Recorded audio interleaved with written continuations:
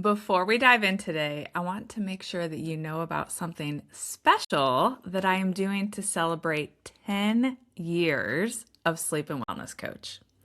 For the first 4 weeks of June, I am doing 4 unique giveaways, one each week.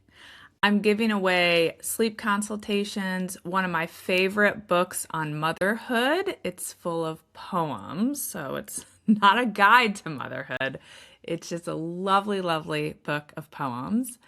And I've partnered with my friend Ashley at Green Bean Baby Boutique to give away some of my most recommended sleep products: a Hatch, a Kite sleep sack, a Yoga Sleep white noise machine, and bamboo pajamas. They're the best.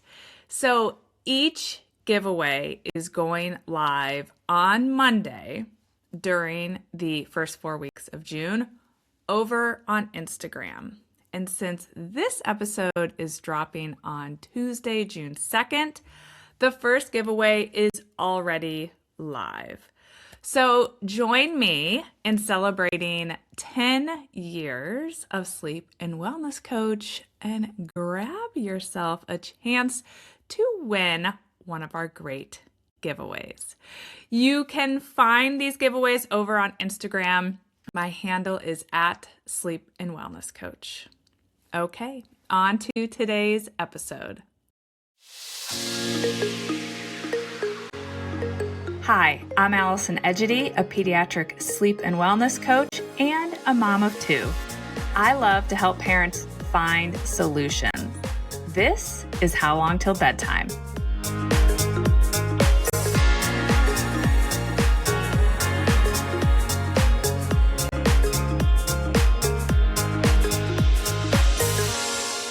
Hey there, Allison here. Welcome back to How Long Till Bedtime. 10 years, you guys. I have been a sleep coach for 10 years.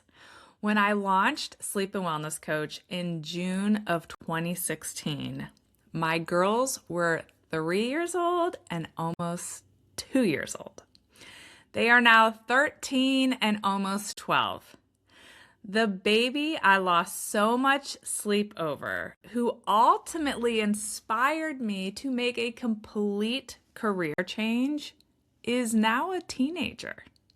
And I am still here, still talking about sleep, still helping families, still completely obsessed with this topic, which says something because I get asked on a somewhat regular basis, is it getting old?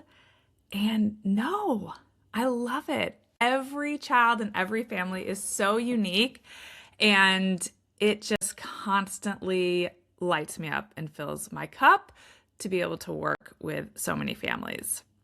I never could have predicted that this little side business I launched while working full-time at the University of Virginia would turn into this full-blown business. But here we are, and I am so grateful.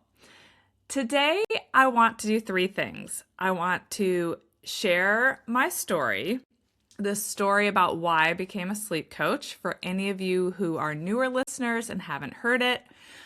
I want to reflect on some of the things that I've watched change in the world of children's sleep over the last 10 years.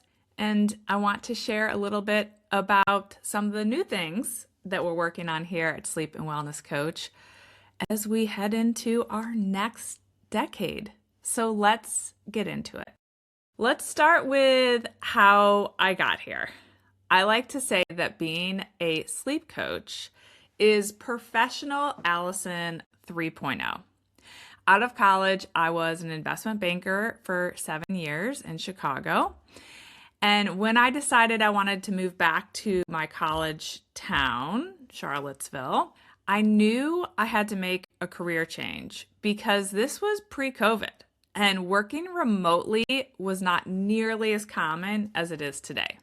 And as a volunteer, I had really enjoyed raising money for a children's hospital in Chicago. It was actually the University of Chicago. So I decided that fundraising at my alma mater, the University of Virginia, might be a new career path I would enjoy. And I loved that job. I loved the donors I worked with, and I loved the mission that we were supporting. And it was during that time I became a mom. When I was pregnant with my oldest, I shifted right into planning mode.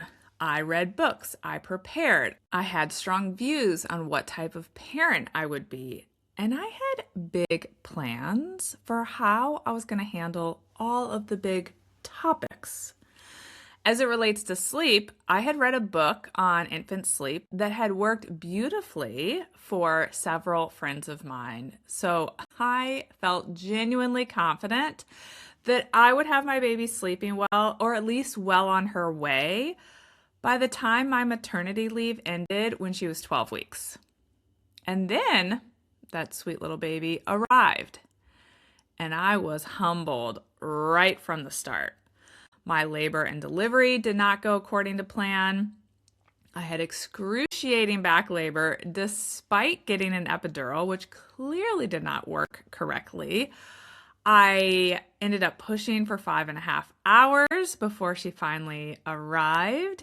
After delivery, I hemorrhaged badly and I lost a significant amount of blood. I came home really weak and exhausted and quickly realized that breastfeeding wasn't going according to plan either. Most likely because of the complications and the blood loss that I had had post-delivery. I was rapidly learning how much was actually out of my control and how my plans, best laid plans, were not going to all work. And her sleep was no exception. Initially, I will say, her sleep did follow the plan of the book. But after a handful of weeks, things started sliding backwards. She hated being laid flat. She would only do contact naps. She woke frequently throughout the night. By the time I went back to work, we had gone from getting a 4-hour stretch of sleep at night to then having her waking every 45 to 90 minutes throughout the entire night. Going back to work was its own unique situation, full of mixed emotions. On the one hand, I got to go to work for a full day and feel like the person that I had always known. I was very good at my job. I felt in control there. But then I also felt guilty for feeling better at work than I did at home. All of this was in part fueled by undiagnosed postpartum anxiety, and my daughter's sleep continued to be a roller coaster that just added more fuel to that postpartum anxiety fire.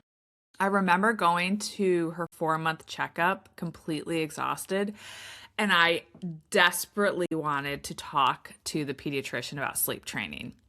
He recommended the Ferber book and gave me a quick overview on, what I would be doing.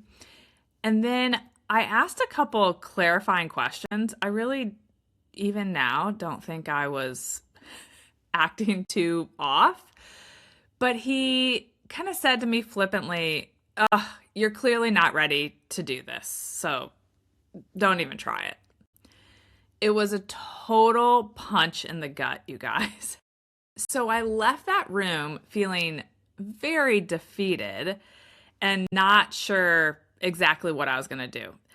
I stood at that checkout desk and I was digging through my diaper bag looking for the keys, and I couldn't find them. I mean, we went and looked in the waiting room. We went back to the exam room. They were nowhere to be found. Eventually, I walked out to the parking lot and I found my car still running with the keys in it. That is how tired I was. I got into the car and I cried. I cried and I cried. I came home and we did try sleep training then. It didn't really stick. We actually ended up trying it on multiple occasions, and each time was pretty painful. We would see some short-term improvements improvement after a couple hard nights, but then nothing ever stuck. And then I found out that I was pregnant with my second daughter. And my youngest arrived when my oldest was 18 months, and she was still not sleeping through the night. During some of those sleepless nights and time at work, I had read a lot about newborn sleep, and I had started to read some studies on sleep. I knew sleep needed to be different this go around. And I did handle my second daughter's newborn sleep totally differently. And those changes, combined with her being more naturally inclined to sleep, set her up to sleep through the night at 8 weeks old. It was glorious. But my oldest was still not sleeping through the night or taking consistent, reliable naps. Having 2 kids under 2 while running on no sleep was a lot. And my postpartum anxiety was literally growing in intensity by the week. I was really struggling, and the kind of struggle where you know things aren't good, but you don't know how bad it was until you get to the other side and you're out of it, and then you look back. I had put on a really strong front. So people on the outside did not know what was happening internally for me. And I could cry thinking about it. I look back at myself in that period and I just want to give me a hug. I want to give me a hug and tell me that it's going to be better and that I should get help and that I don't need to struggle in silence. So it was just a really, really challenging time. The breaking point came that first Christmas when I had 2 babies under the age of 2. We traveled back to the Midwest to be with our families. Both of our families are in the Midwest, and that just threw everything off even further. We were in multiple different homes. We had to share a bedroom with our kids. We had to navigate everyone's expectations. And I remember feeling constantly on the verge of tears, in addition to just being downright exhausted around this time of year that's supposed to be so joyful. All I wanted to do was go back home, to have the chaos be in my home environment versus the chaos be in our parents' homes. And on Christmas night, we had put the girls to bed before Christmas dinner. And then before the dinner was even over, my oldest was back up crying. And my husband went back up to soothe her. And I'm sure I started to look even more broken than I'd probably looked the entire day, because my dad told me that he and my mom were worried about me and that I didn't seem like myself. And I let it all out, because the truth was I didn't feel like myself. And they were kind of just the first ones to call me on it. So we talked about it. I shared how exhausted I was. I shared some of the crazy thoughts that I was having about things, thoughts that I knew weren't typical, but they were kind of running on loop in my brain. And I shared how I was just running on empty every single day, and how I truly just did not feel like myself anymore, that I just did not know who I was. And my parents and I had a good conversation about it. And one of the things that they encouraged me to do was get help. And they even said, we don't know what you need. We don't know what type of help you need. But what they encouraged me to do was to kind of tap into the fact that I am a resourceful person, and that I really needed to kind of dig deep a little bit to figure out what type of help I needed. And when we got home from that trip, what I stayed focused on was I needed sleep. I needed sleep. And then by the grace of God, I stumbled upon a sleep coach. I didn't even know that was a thing, or I would have hired someone sooner, on Facebook through a sorority sister. And I was skeptical, but I was like, I don't care. Just take all my money. Because at this point, I'd realized I needed help. And it's like appeared in my lap. And I was like, here you go. So even when I got her plan, I was skeptical, but I followed it. And 11 days later, my daughter was sleeping through the night and taking a consistent nap. And it was great with no tears. 2 years of sleep deprivation was finally over. And very quickly, I started to feel like myself again. Sleep, for me, was the treatment I needed to start to put my postpartum anxiety at bay. I started to really enjoy work again without so much guilt. So the mom guilt, the volume on that got turned down significantly. And I really started to be able to find my groove to be really present at work and really present at home with my girls. But I couldn't stop thinking about how crazy that 2-year period was. I had switched pediatricians. I had seen multiple pediatricians within the office asking for help around my daughter's sleep. And they did offer ideas, but ultimately they couldn't solve her sleep puzzle.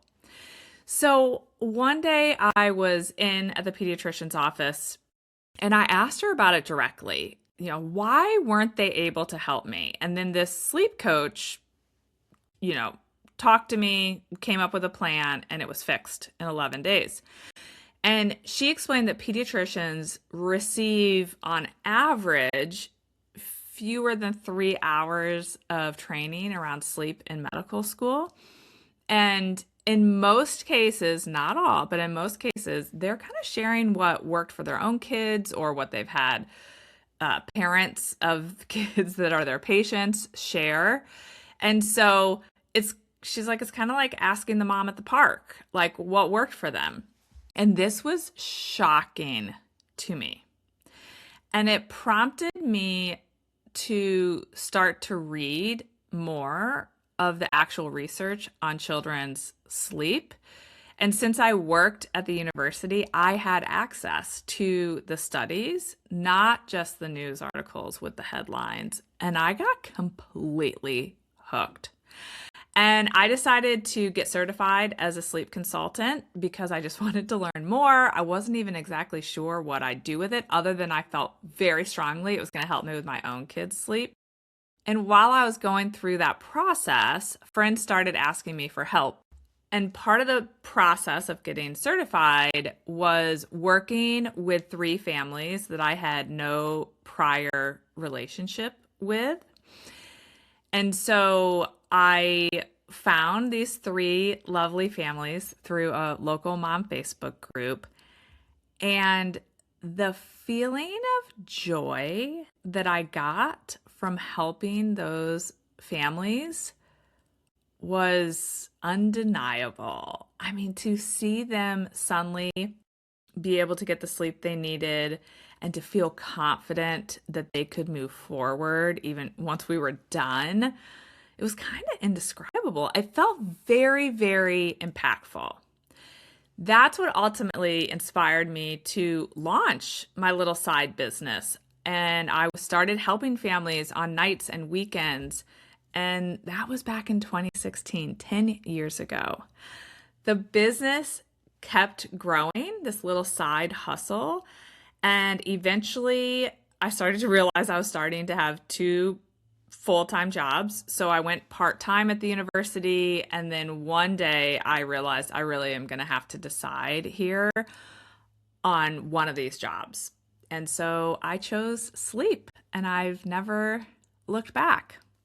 So that's my story of how parenthood completely changed my life, not only personally, but professionally.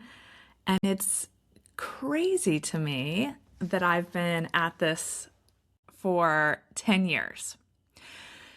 So when I think of the last 10 years, I've kind of feel like I've gotten a front row seat to see some interesting shifts in the sleep realm. So let me just share a few that came to mind when I was getting ready to record this episode. One that really stands out, and it's just been a big topic for me just over the last handful of years, is wake windows, and wake windows becoming an obsession and not always in a way that is helpful. When I started coaching in 2016, I swear wake windows weren't really a part of any mainstream conversation around baby sleep. I haven't actually gone back to look to see when it started, but it was definitely not a thing that you talked about with all parents. And somewhere over the last decade, this concept has absolutely exploded. And I want to be clear that for some babies, wake windows work beautifully. And I think it's for those babies who are frankly a little more naturally inclined to sleep and a little more flexible. And I don't think there's anything wrong or harmful about using them. But they are not evidence-based. And I have watched so many parents tie themselves in knots trying to figure out and hit some perfect wake window. And it leaves them stressed, watching the clock constantly, convinced that either something is wrong with their baby or they are doing something wrong.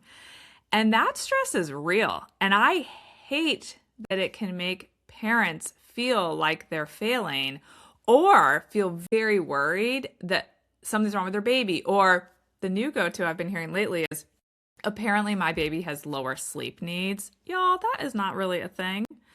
So that's kind of the latest thing this past year or so, where it's like, if these wake windows aren't working, it's because your baby has lower sleep needs. Again, not evidence-based at all.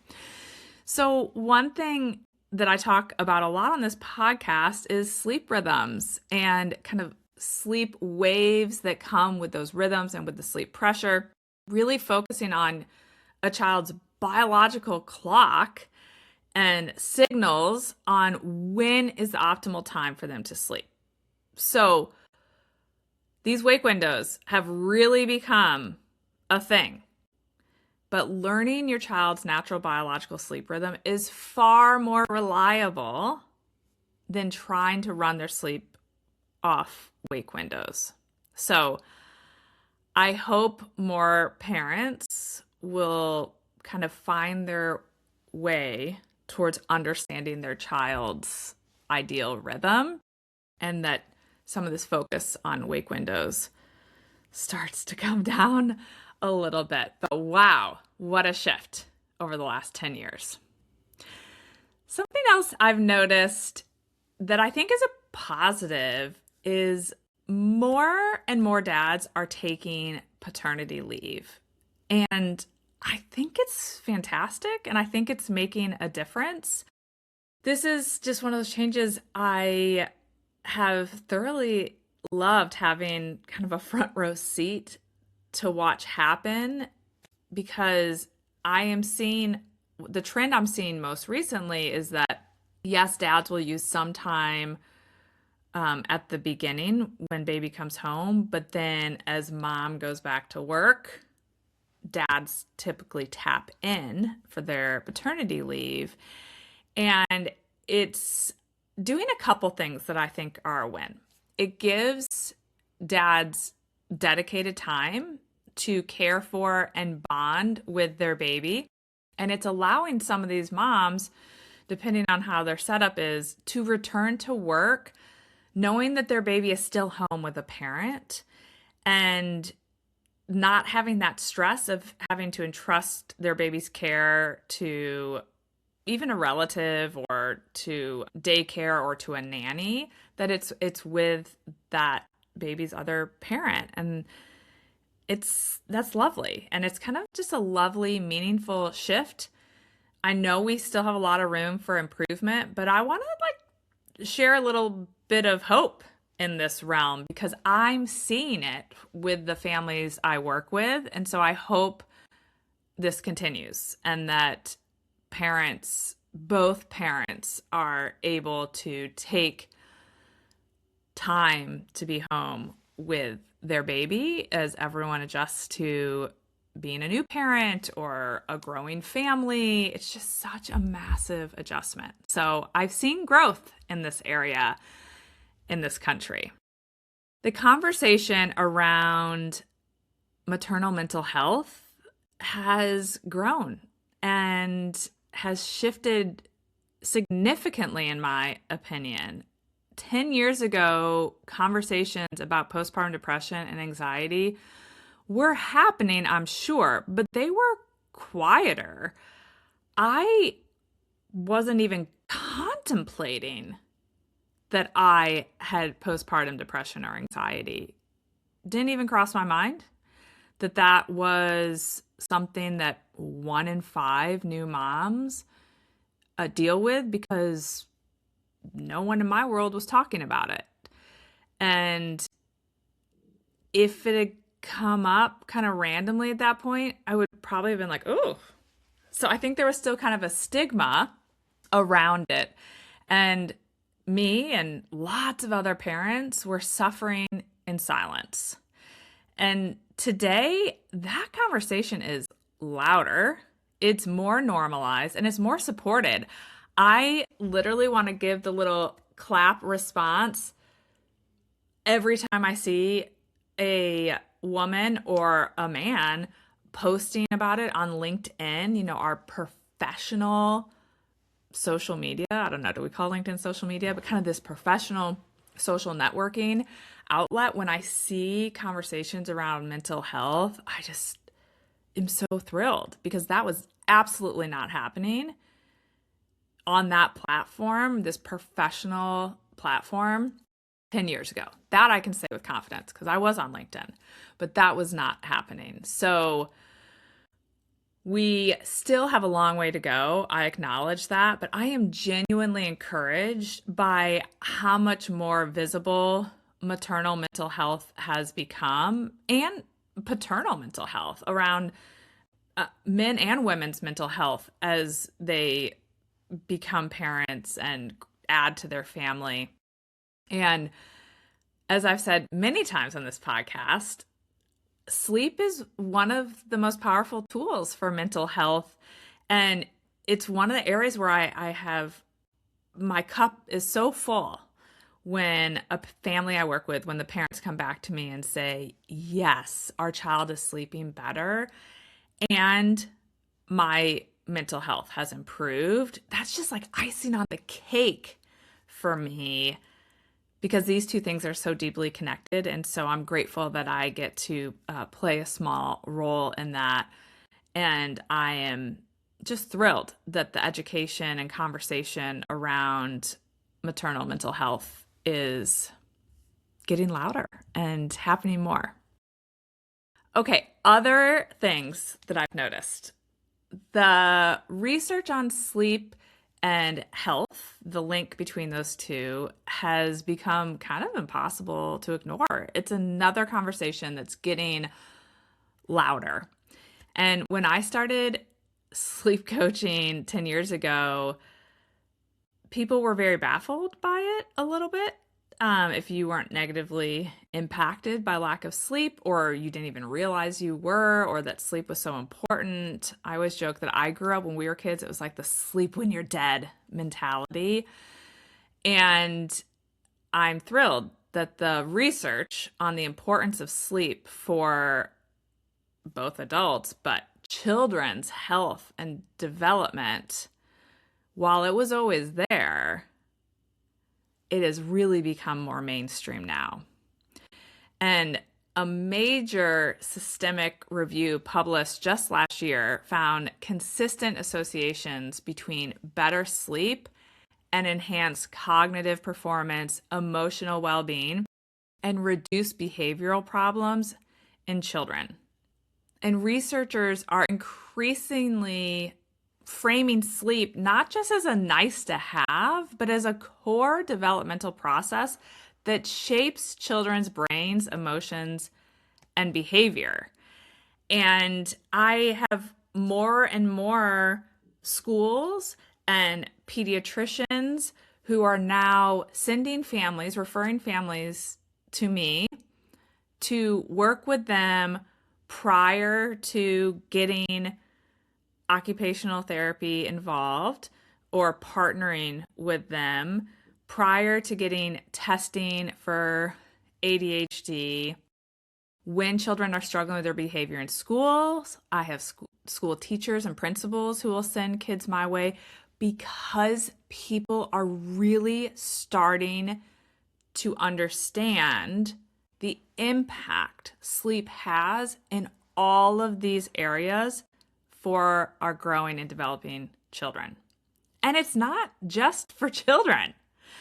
For adults, there was a comprehensive 2025 umbrella review that found sleep deprivation as a significant risk factor for cardiovascular disease, metabolic disorders like obesity and type 2 diabetes, and that it was contributing to elevated anxiety and impaired emotional regulation. Less than 7 hours of sleep per night is associated with increased risk of serious health outcomes. This is important, you guys, because it kind of links back to why I love what I do so much. Because when I can help children sleep better, I'm always hopeful that that means that their parents will get better sleep. And so it literally impacts the health and well-being of the entire family.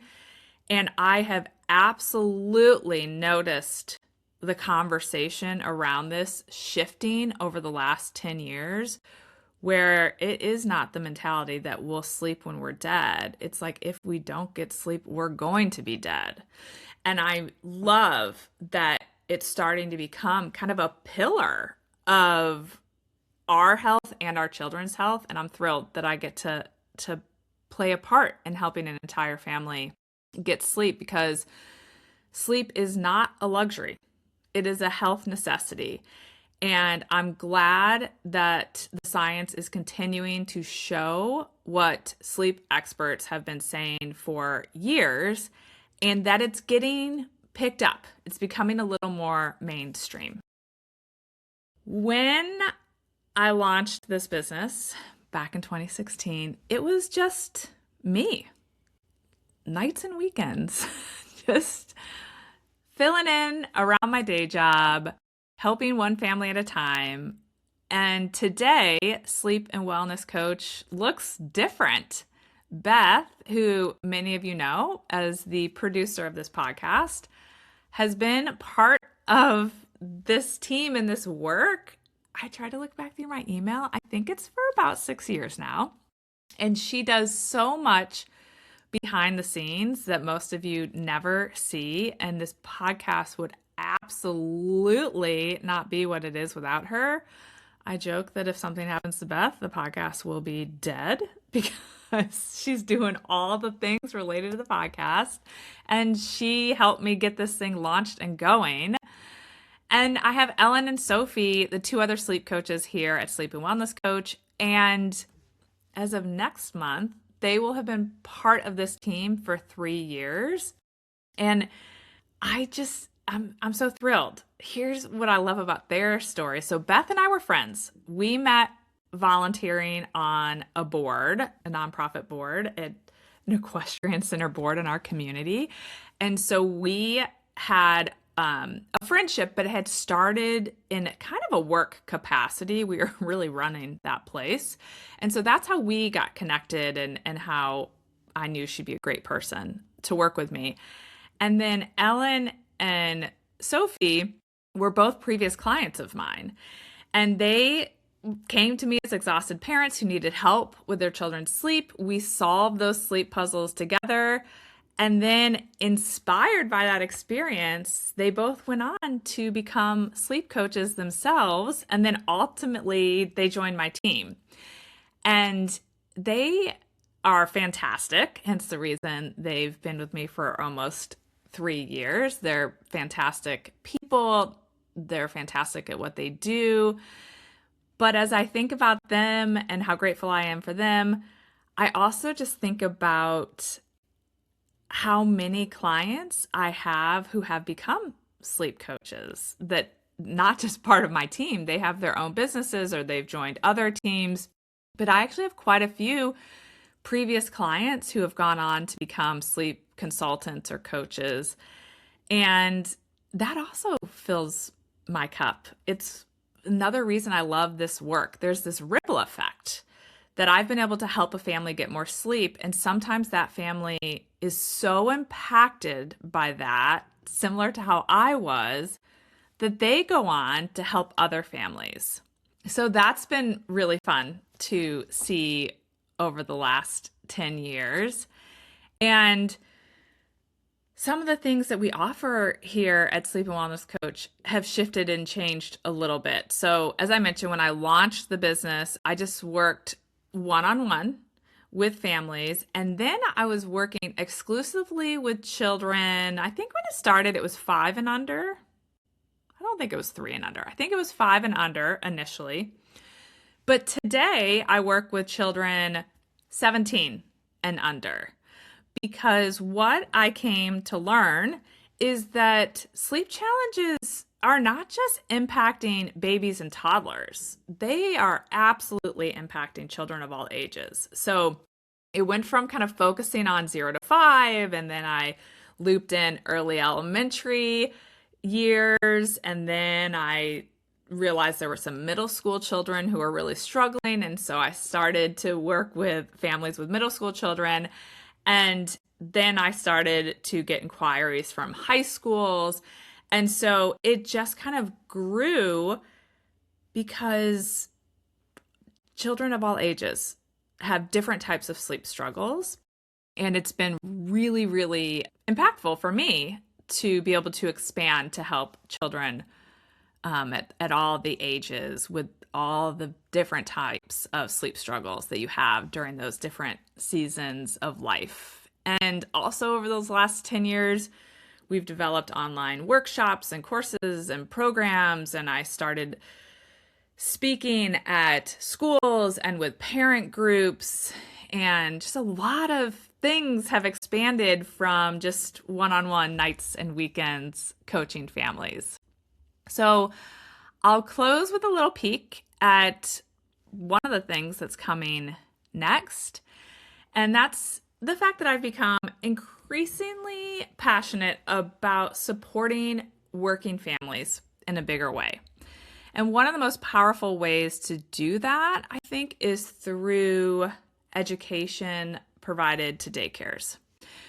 When a infant or a child is able to nap well at daycare, when they're able to take more consistent naps because the caregivers have set up a good environment and they understand the basics of sleep science and healthy sleep hygiene, the impact can literally ripple across out to hundreds. My goal would be thousands of families. Better naps at daycare mean better nights at home.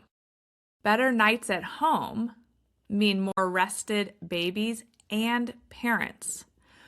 More rested babies and parents means calmer mornings. Parents who are feeling more patient and present.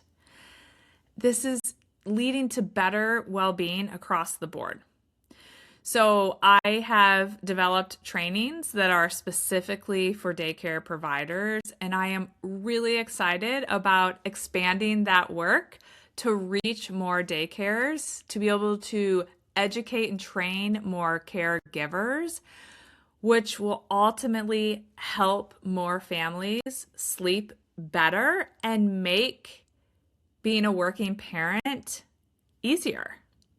So that's kind of my current passion project and dream, is to help as many families as possible through individual coaching. Yes, I will never drop that. I've never dropped it. I never will. It's how I continue to learn every day from real families.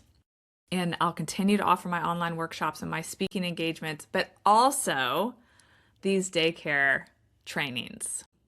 So to wrap up, 10 years ago, a previously, maybe we'll say recovering, completely exhausted, postpartum anxiety-ridden working mom of two decided to turn her worst experience into her life's work. And it has been the greatest professional decision that I have ever made. I am so grateful to every family who has trusted me with their sleep struggles. And I'm so grateful to Beth and Ellen and Sophie for being part of this team. Thank you to the thousands of families who have trusted me to help them solve their children's sleep puzzles. And I'm so grateful to every single one of you who listens to this podcast. Whether you've been here since episode 1 or you just found us this week, thank you. You are why I keep showing up every week. So here's to 10 more years. And as always, thanks for listening. Bye for now. Thank you for listening to How Long Till Bedtime. To learn how we can work together to improve your child's sleep, please visit sleepandwellnesscoach.com.